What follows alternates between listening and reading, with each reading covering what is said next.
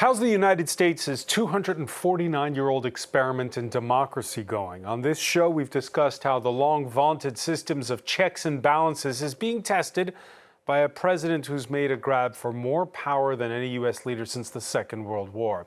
Does that executive power extend to firing the first ever black woman appointed to the U.S. Federal Reserve's Board of Governors?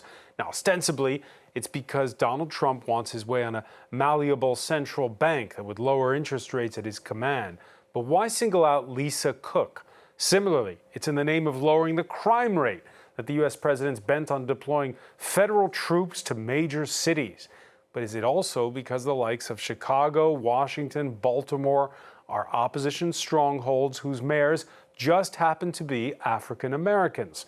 More broadly, when Donald Trump signs executive orders that reverse affirmative action measures, feels the need to make English the official language of the land, enables manhunts for foreigners who follow the legal path to residency and citizenship, is it simply just another nativist swing, the kind Americans have seen before? Or in a nation of immigrants that prides itself on its melting pot antecedents, is this a whole new direction? Today in the France 24 debate, we're asking if the Trump administration is pushing a white nationalist agenda. And joining us from Albany, New York, Andrew Weissman, professor at New York University School of Law, former general counsel to the FBI. Thanks for being with us. Nice to be here. Curtis Young is professor of comparative literature and philosophy at the Essex Business School, historian. Good to see you. Good to see you. Thanks, Rancho. From Washington, correspondent David Smith of The Guardian. Never a dull moment, even in August, where you are. Great to be here. Reminder, if you're on the go, you can listen to the show wherever podcasts are streamed. Even though violent crime's at a 30-year low in Washington, D.C., and the rollout of the National Guard is stiffly resisted by local authorities, Donald Trump's found an issue that's in fact boosting his ratings. His overall approval slightly up since he started talking up that he's doubling down on crime in those major cities. That talk of being tough on crime also, says critics, includes dog whistle messages. Oliver Farry has more. It's a new escalation by Donald Trump in his standoff with the federal capital. The US president said he would restore the death penalty in Washington, D.C., where it has been outlawed for local crimes since 1981. Anybody murders something in the Capitol, capital punishment, capital punishment. If somebody kills somebody in the Capitol, Washington, D.C., we're going to be seeking the death penalty. Long a Democratic stronghold, Washington, D.C. does not have statehood, but as a federal enclave falls under the jurisdiction of Congress, meaning a vote there would suffice to make the change. Trump has for the past month mounted a campaign against what he calls lawlessness in the Capitol, sending in the National Guard in early August. The president says Washington has been invaded by gangs, but figures show a drop in crime after a spike in 2021. Having already deployed the National Guard in Los Angeles, Trump has also said he will tackle crime in other Democratic-run cities, including San Francisco, Baltimore and Chicago. The Democratic governor of Illinois says Trump is simply trying to intimidate his political rivals. So in case there was any doubt as to the motivation behind Trump's military occupations, take note. 13 of the top 20 cities in homicide rate have Republican governors. None of these cities is Chicago.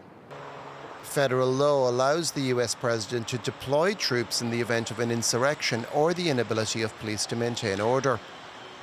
A loophole that Donald Trump has previously exploited to threaten Democratic cities that refuse to cooperate with his policies of mass deportation, particularly Washington, D.C., a city where in 3 presidential elections he never managed to get more than 6.5% of the vote. David Smith, you're in the U.S. Capitol, which, as we heard in that report, is not part of any state, so it answers directly to federal authorities. Have you been spotting any of those members of the National Guard walking the beat? Yes, on my way to the office today, I saw some of them hanging around a metro station, and certainly There's a big gathering of them at Union Station, the main railway terminal here. Strange things have been happening. They often don't have that much to do, so we've seen photos of them picking up litter. Apparently some were feeding squirrels, some are posing for photos with tourists, which does raise questions about why this is even happening and whether it's a tremendous waste of time and resources, and really more about performance art and the theatre of military aggression and the kind of displays that we may see in those other cities which, as you mentioned, often run by Democratic mayors and often have racially diverse populations, often with big African-American populations. Certainly critics of this do regard it as another authoritarian power grab by Trump, eroding the authority of Washington, D.C. itself, which is run by a black mayor. And it does play into all these stereotypes and tropes that we've seen for decades, really, from the Republican Party going back to Richard Nixon, really painting this image of big cities as violent, as places where riots happen, as places of poverty. And I was at the press conference where Trump talked about this action in DC and described it as full of squalor and bedlam, as he put it. And again, they often don't have to say it explicitly, but these are cities with big African-American populations. And so I think that, there's often some fear-mongering and trying to plant certain stereotypes in the minds of voters, especially white middle-class voters in the suburbs. And is it working? Again, I point to that poll that showed that Donald Trump's approval rating had gone from 40 to 45%. Yeah, I think some of this works effectively with his core support base. They're cheering this on.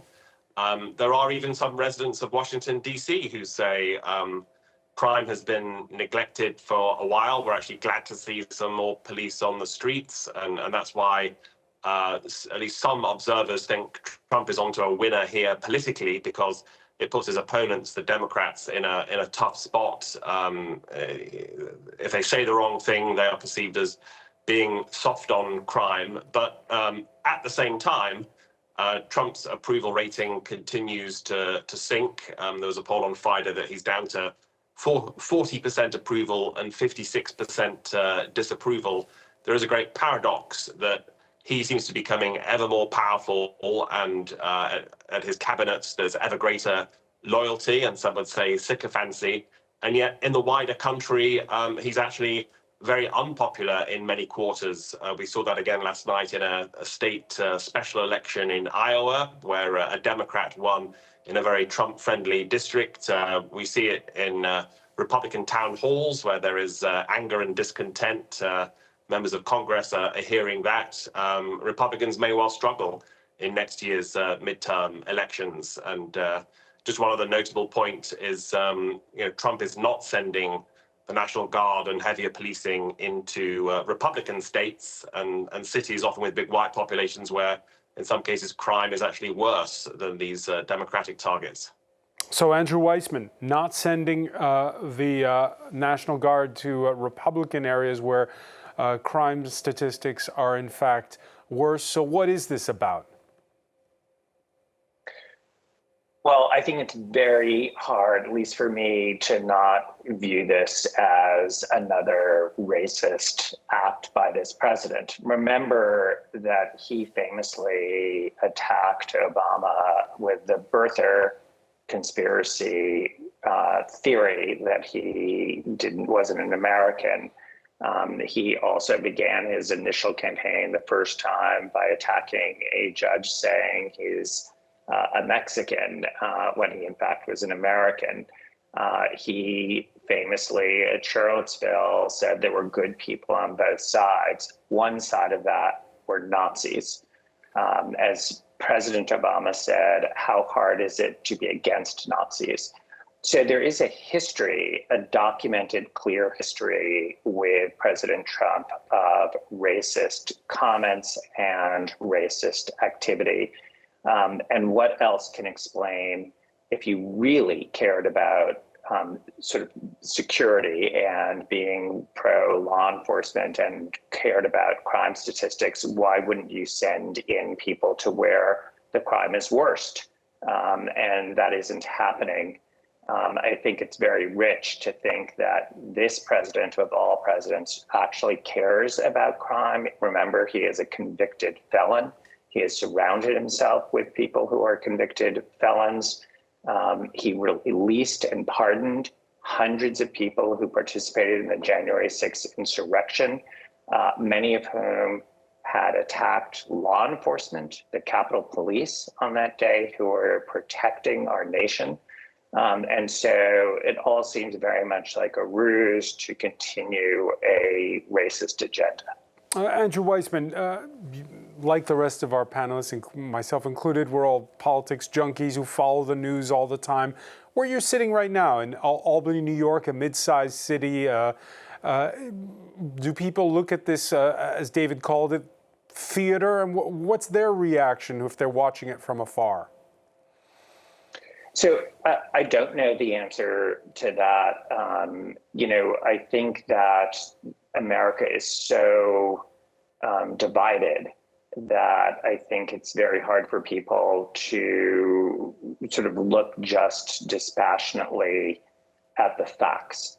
And here, even if you put aside all of the history of Donald Trump and just go with what Governor Pritzker said in the clip you played, which is that if you just look at the data, you're not trying to attack crime where crime is the highest. And you have to ask yourself why. And the real issue here is trying to have people look at actual hard facts in reacting to what is going on. And one of the concerns that a lot of people have, myself included, is how hard it may become to learn those facts given the assault on various parts of the government that actually inform the public about facts and including its history. But I think it's very hard right now for sort of a dispassionate conversation and for people to react to that dispassionately as opposed to just having sort of political sides. Over recent decades, Curtis Young, the Republican Party has billed itself as the party of states' rights. And here you have, we're talking about law enforcement. In France, we have a national police force. In the United States, you don't. You have, each jurisdiction has its own police. So this idea of sending in federal troops, what does that tell you? It just talks about, it speaks to, in fact, the disconnect nationally between the relationship of a federal government, which has always been fragile. It's not something that even the founders were really, there were debates about should we federalize this, and states. And this has been going on since the beginning of the United States, and it's always been fun. But here now you have a Republican president who's saying, well, for law enforcement, Washington's going to come in and do the job. Yeah. The thing is that when we talk about Republican and Democrat, remember, as David mentioned earlier, the Republican Party, the Republican Party of abolition, of Lincoln, that sort of thing, changed around the issue of states' rights. In 1964, when Lyndon Johnson passed the Civil Rights Bill and the Voters' Rights Bill, Lyndon Johnson said, "We've lost the South for a generation." Actually, he lost it up until this point. And the whole issue was around this whole Southern strategy was changing, using the coded language of busing and states' rights and this sort of thing. And this became part of the Republican lexicon that's continued up until today. But now it seems to be going the other way, if it's the federal government coming in. Well, but it goes both. This is just it goes both ways. It depends upon who's in the federal government.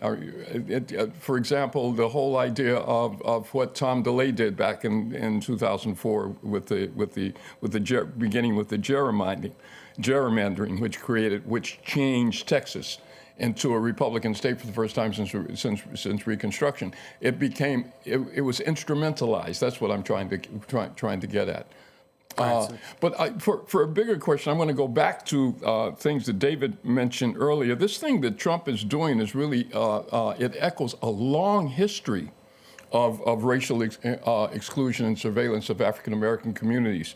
It's sort of like a contemporary manifestation of the logic of Jim Crow. Remember, Woodrow Wilson did exactly the same thing.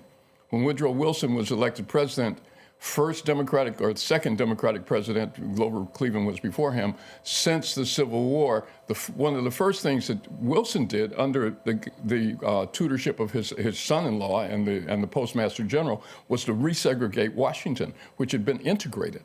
There were the black community participated in great measures in the federal government at that time, and Wilson ended all of that. He had curtains put up between white and black workers, saying that white workers did not want to see black workers in the same workplace. He segregated toilets and water fountains and that whole thing. And this had repercussions up until the 1960s. And this idea of restoring the death penalty in Washington, D.C., is that a racial issue, or is it just a crime? There's no question that it's a racial issue. We've always tried to depict black cities as crime-ridden, as undisciplined, black people as crime-ridden and undisciplined. Remember the Central Park Five, those kids that were wrongly accused of having raped a woman in Central Park. Donald Trump took out a full-page ad in the New York Times calling for the death penalty. And years later, when these kids were exonerated, Trump said it doesn't matter. They should be executed anyway. So this idea of how do we solve this, the presence of black people in America that were brought here as enslaved people, the country still struggles with how do we deal with this presence.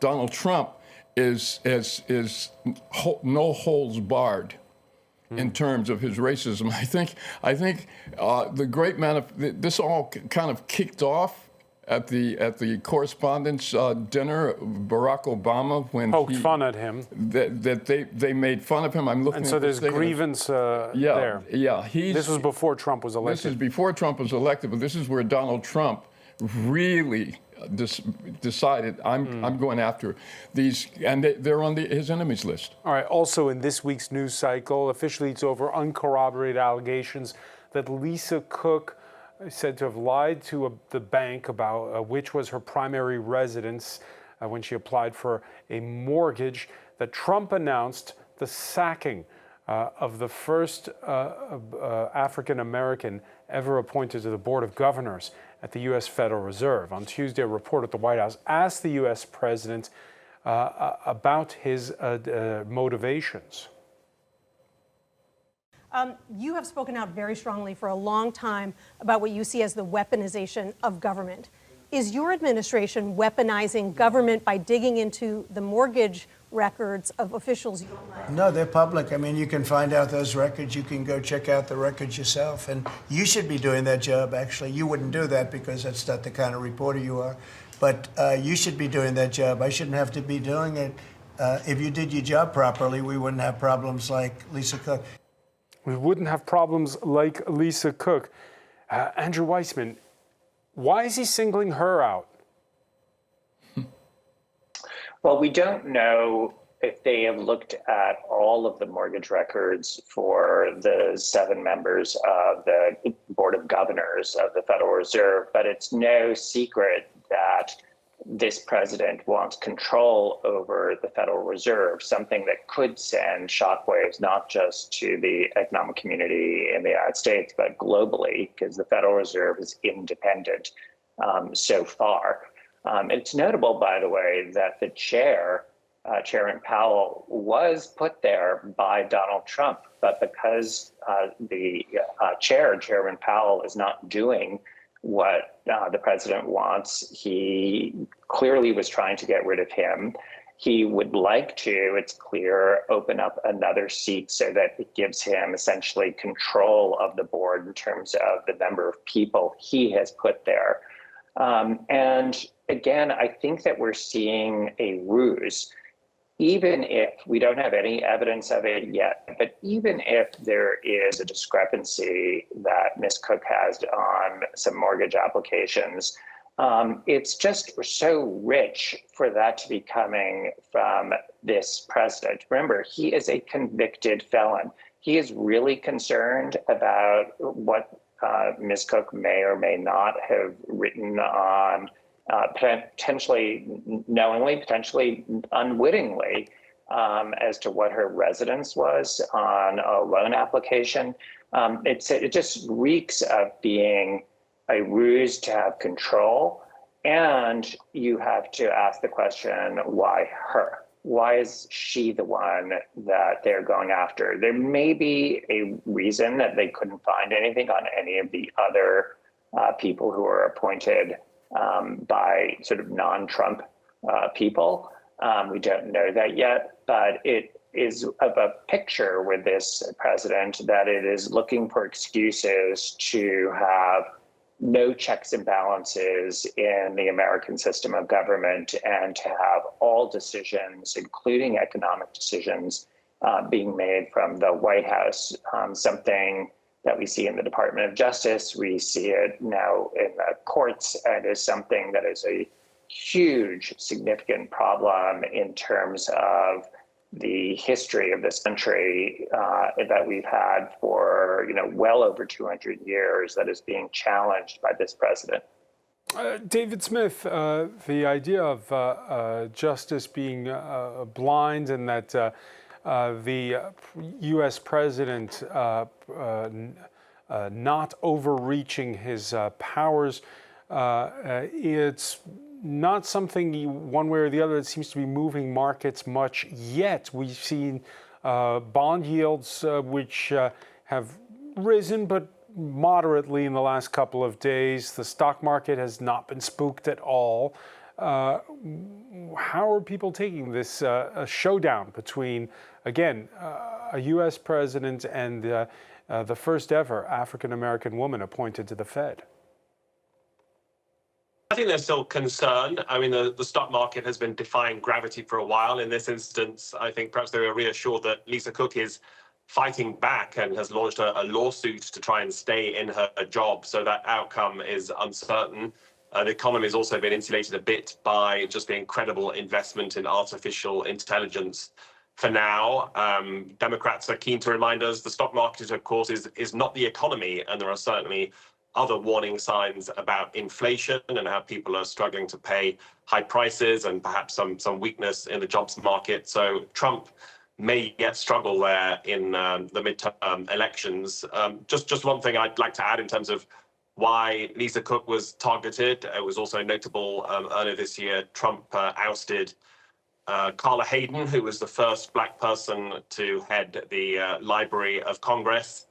And when you consider the pattern, the context of his remarks on the campaign trail last year about immigrants poisoning the blood of the country, when you look at who he surrounds himself with, he only has one Black member of his cabinet, far less diverse than Joe Biden's.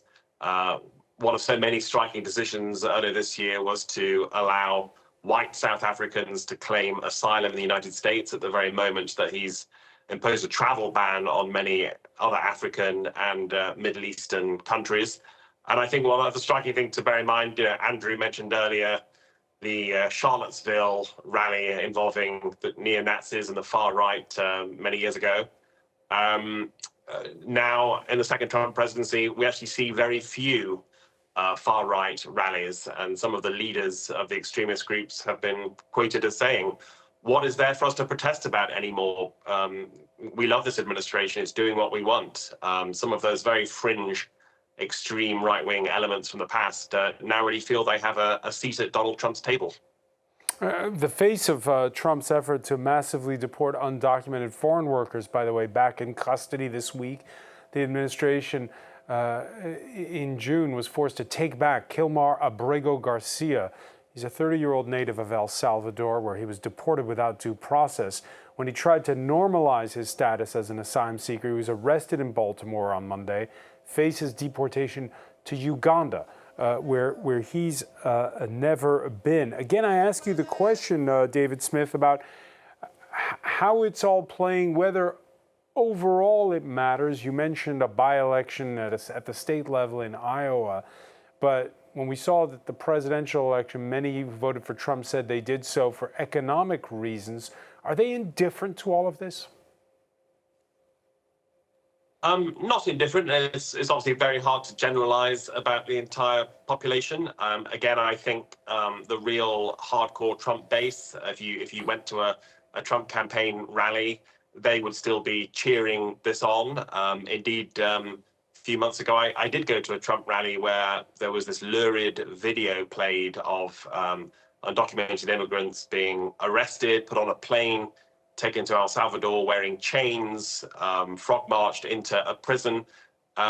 This music, rock music was playing to accompanying it, and the crowd there, who were again overwhelmingly white, were loving it and lapping it up. Donald Trump will always find an audience for that sort of performative cynicism and just persecution and attack. But I think at the same time, opinion polls show that even on immigration, his signature issue, Trump is actually underwater. There's a majority of people who think it's gone too far or disagree with it.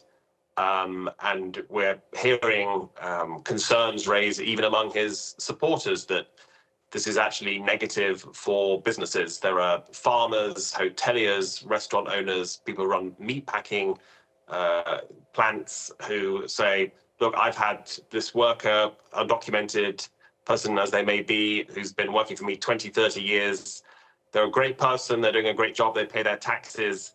I cannot sustain my business if this person is taken away. And there's some great uneasiness, I think, even in the Trump heartland, even in small communities, that people they've grown to love and respect are suddenly potentially snatched off the streets. So again, Trump could face a backlash over many of these actions. So let's turn to the historian in the room here. This is nothing new in American history. There was a huge anti-Irish sentiment in the mid to late 19th century, then a huge anti-Italian and Jewish sentiment at the turn of the century. This too shall pass? No. This is not going to pass. This is different. What we're dealing with is endemic to it's deeply rooted. Here's the thing, Francois. Donald Trump did not parachute onto America. He's not an aberration. Donald Trump grew out of what America is. A huge group of Americans voted for him, support him, and going back to your question of why the Republicans, who are states' rights people, would federalize, the answer is that the president has the right to federalize when national security is the issue. And so this is how he's looking at the black and the immigrant communities as a national security issue, a national security issue in terms of social order and national identity and these sort of things. So sending the troops in, for example, is part of that national security.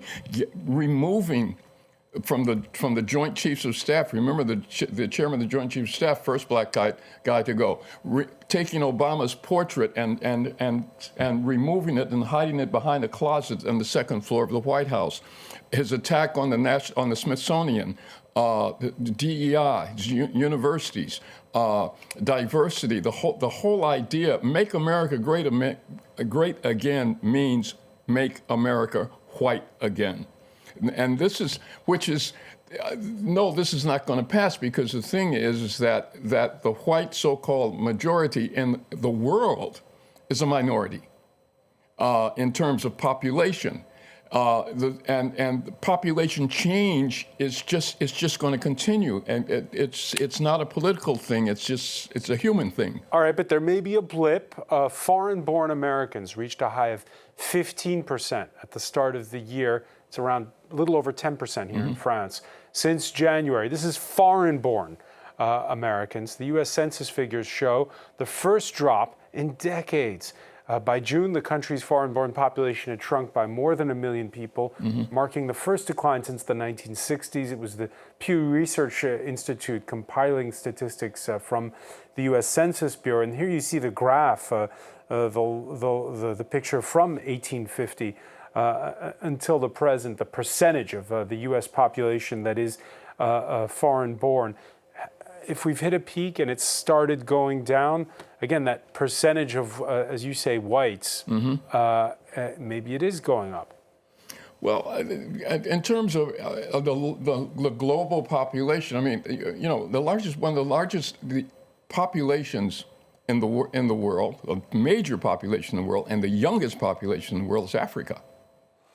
And it is really beginning to emerge to take its place on the national stage, as China and other countries are recognizing and participating in. So this demographic change that what's his name, Camus, not the Camus of L'Étranger, but the other Camus whose first name I can't remember. His book, The Great Replacement, and I think of the novels that have been written. This whole fear that somehow or another a white population is going to be overrun. And in fact, what's happening is the world is becoming more and more and more and more diverse. The world is becoming more and more connected. The world is, and one of the things because one of the things that these guys are operating on, Trump and the rest of them, Erdogan in Hungary and Modi in India and the rest of them, one of the things that they're operating on is fear. And keeping people in a state of fear, deciding that the city that you live in, David Smith is in Washington, D.C. I'm sure, David, you're not looking out of your window afraid of all the things that Trump is saying are going on, all right? What happens is it forces us into our silos, and it shuts off the place that Hannah Arendt talks about. How do we because this is an aspect of totalitarianism. How do we deal with this? And it's with dialogue. And when I say dialogue, I don't mean the kind of dialogue where we're talking and trying to think of how to respond to the next person who's talking, but the dialogue that is deeply engaged in listening so that we can actually hear the other person's point of view and then speak across ideological differences and speak across partisan divides in order to get to the thing that's really at stake here. And that it's our human community, the public sphere that we share together, that we're going to have to build something out of the ruins of the failure. Because all of this is, as far as I'm concerned, is a failure of neoliberalism. The promise of neoliberalism has not, the prosperity that it promised has not happened. And the proponents of neoliberalism, all of the leaders, from a Democrat and Republican, remember it was Bill Clinton who killed Glass-Steagall that led to the 2008 financial crisis fiasco. Huh? Yeah. So we need to begin to talk to dialogue with each other to bring our humanity back to the table. So Andrew Weissman, let me tell you about a conversation people in India are having. Their economy is growing, it's becoming globalized and plugged in. And they're wondering if that period between independence in 1947 and 2015, when Narendra Modi was elected to the first of his 3 terms, wasn't perhaps an ellipse, and that this Hindu nationalism is something that's steeped deep in history. When you look at the United States, is this experiment in liberalism an ellipse? Or will it be coming back? Or are we headed to some kind of ethno-nationalism? Look, something is going on in America. We obviously see signs of it across the globe, and certainly in parts of Europe as well, even where it has not yet taken hold and hopefully does not. I do agree with other people that on your panel that this is something that is atypical for what the United States has gone through. There's no question that there's a long history of racism. And you can chart various aspects of what is happening to historical precedents. But I don't think you've had somebody like Donald Trump with the ability to eliminate almost entirely the system of checks and balances and the rule of law in America. And the idea that you can there's so many examples, but let's just take the Smithsonian, and you want to erase parts of our history. That is straight out of George Orwell's 1984. You can end up with a system where it looks like a democracy, where you have trappings of a democracy. People vote, there are courts, but it really is sort of kabuki theater, and it looks like Russia, for instance, where you also have elections, you also have courts, but there's substantial concern, at the very least, to put it mildly, that those are not truly checks and balances in any meaningful way on the government. And that is what you see. Just one other example, I mean, I'd imagine people in Europe were just horrified and incredulous at a president cavalierly talking about taking over a country like Greenland, or saying that should happen with Canada. Those are the kinds of things that it is unimaginable that a Republican or Democratic president would ever say, jokingly or not. And so I do think we're in a very, very different situation than this country has ever faced before. All right, unprecedented times. You heard Curtis Young saying the antidote is to try to foster dialogue and conversation. One of the things that's unprecedented is how people are interacting, not just in the US, but globally. Out is mass media like newspapers, television, and radio. In is the internet, social media, which favor us versus them tribal attitudes. Let's hear a clip of the US president last month when he signed an executive order that only allows artificial intelligence models, quote, based on accurate information.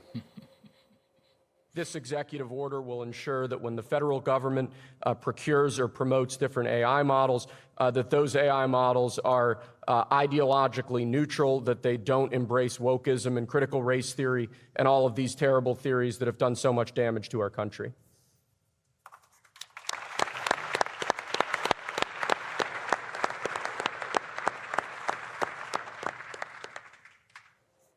Andrew Weissman, is it technology that makes this moment unprecedented? I do think technology has a large share of responsibility because in the United States, at least, we no longer have sort of three networks that sort of tell us the news, and there's a basic consensus, not uniform, but enough of a consensus about what the facts are.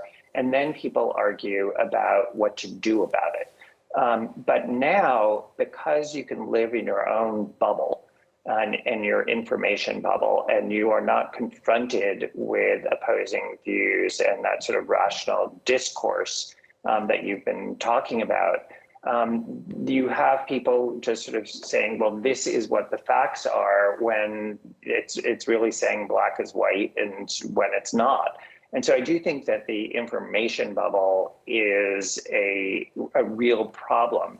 You know, I'm a lawyer and I do a lot of things in court. And, you know, I'm reminded of one of the things that a judge said in one of the trials with respect to one of the Trump acolytes in the first administration. She said, you know, this is a place where facts and law still matter. And the facts can be disputed and a jury decides it. And so I do think it's important for people to talk to each other, to have that dialogue. I think it's indispensable.